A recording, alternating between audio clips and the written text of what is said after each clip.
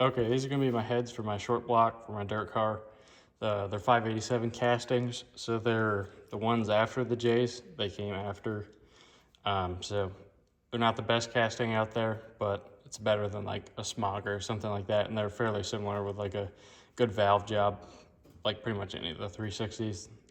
No, the factory heads are super special over one another. They're all slightly better than each other, but it all adds up at the end of the day. So I got these from Daniel. That's the guy I did my last video with. He had the Dart Sport car, and he had these all freshened up. They're freshly surfaced. They're still in the bag, but I wanted to pull them out, check guides and stuff. Guides are pretty loose on the exhaust. I haven't taken intake off yet. Obviously, you want it fairly loose because of what the application is for. So these were set up for a circle track because that's what he told the guy. Forget who he had them done by. But so my spring height gauge wouldn't work with these retainers or the guide. I haven't found a head that thing will work with yet. So I use a snap gauge and then dial calipers, measure it. So it's not the most accurate, but I have plenty of room, so I feel safe from what I did. And then I have this valve spring compressor. It's a relic. So you just put a torque wrench at the end of there, and then you times it by 2, whatever it is. So it must be, this is 6 inches from center to center, I'm guessing. And there's all your decimal points and stuff like that from your fractions off of this. Each knurl you turn is 3/1000ths. So as indicators, every 1/16 of an inch on there, and then you'll add whatever to it where you need to get it. So through my seat pressure, I put it at 1,680, and then my open, whatever that was, it was 1,680 minus 600. So, 1.080. That's pretty simple. It's late. Mine's a little foggy. So here's my cam. It's 555 with 1.5. I'm gonna run 1.6s because I have 1.6s. I don't want to buy 1.5s right now. So yeah, then that's the part number for the recommended spring. And then you can see all the rest of this stuff. If you want to pause it and look at that, see what I'm running. So yeah, there's my open height. I wrote it all down. Hopefully you can read it. So that's touching the seal is 971. It gives me a max lift of 709. And then springs that I have, the seat pressure is 104. And the max lift is 370. So at 600 lift, it was 370. And there's still, wasn't binding the coil yet. It's pretty close, but it looked like we'll be all right. And then recommended, that's that 995-16 is 115 seat pressure, spring rate 402. So I'm not quite there, but I think I'm just gonna run it. It's a little bit off. I don't really know like what's safe pounds wise. Like if you're this far off, you're in the clear, you know, because I'm sure if they recommend it, you probably have a little room, like wiggle room. So I'm just gonna run them and find out.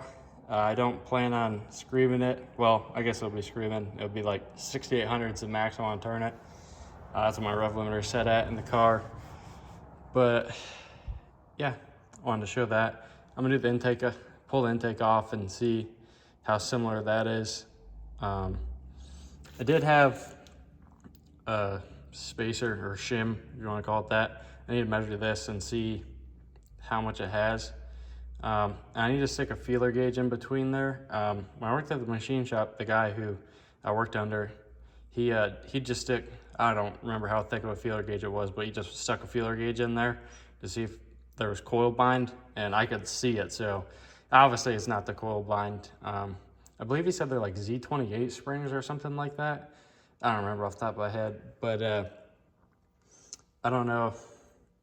I feel like it should have an isolator, or not an isolator, a locating shim underneath it, because as you can see, that's way smaller than the inner diameter of that. So that's gonna kind of like walk around.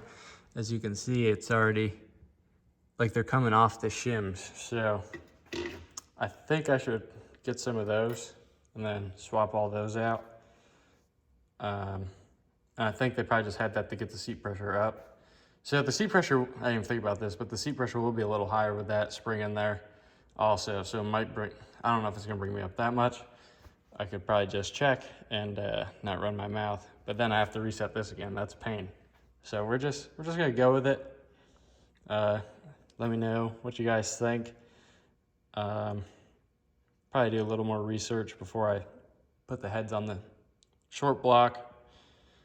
But yeah, just that's where we're at with the dirt car engine. I've just been waiting. I've been trying to meet up with Daniel for probably like 2 months to get these. And yeah, thanks for watching. Let me know what you guys think. If this is gonna fail miserably, let me know. All right, I'm gonna add a little bit in here. I forgot to say they're 202 valves, 11/32 stem. You'll never hear me say the C word about these valves. They are just 11/32 stem. After further consideration, I'm definitely not gonna run these because they're starting to get chewed up, and then it's gonna just send shrapnel through the engine. So I'm gonna be smart. I'm just gonna take my time because we got like 2 months before race season starts. I mean, they're racing here and there all over, but just gonna try to be cautious and save these heads, because even if that block breaks, hopefully, you know, it won't get in the heads. Never happens that way, but you know, just trying to think ahead of time. But yeah, just want to add this part in there. I didn't measure the height of them. I could do that. Or I can just show you. Here's stock valve. Looks to be the same height to me, so it looks like they're stock length valves. Might be a touch longer, who knows? No one cares. We have the part that matters on the height. Probably gonna have to do push rods, I'm guessing, because my push rods were for aluminum heads. Not that that matters, but these ones are cut, and just the machining differences, so I'm sure I'm gonna have to do push rods. But yeah, and since I'm gonna do that, I might as well do springs. I can definitely use these on when I build an eco mod engine, if I ever build an eco mod or like a hobby stock, I can keep these, or just a street car. You know, I'm not gonna throw them away or anything. I'll just do the correct springs for that cam at the time. I think they're like 190 bucks, and then do the isolators for that. But I measured this. This is, the inside of the spring was 890. I think this was like 780 or something. So there's a 1/10 off. So obviously that's not good if you're gonna be turning 6,000 plus RPM. So I'm just gonna do it. Be smart for once. Okay, gonna add in another part. So the spring ID is 885 to 890, depending on where you measure it. And the OD is 1265. I don't know what the normal one is, probably like 125 is what they call it.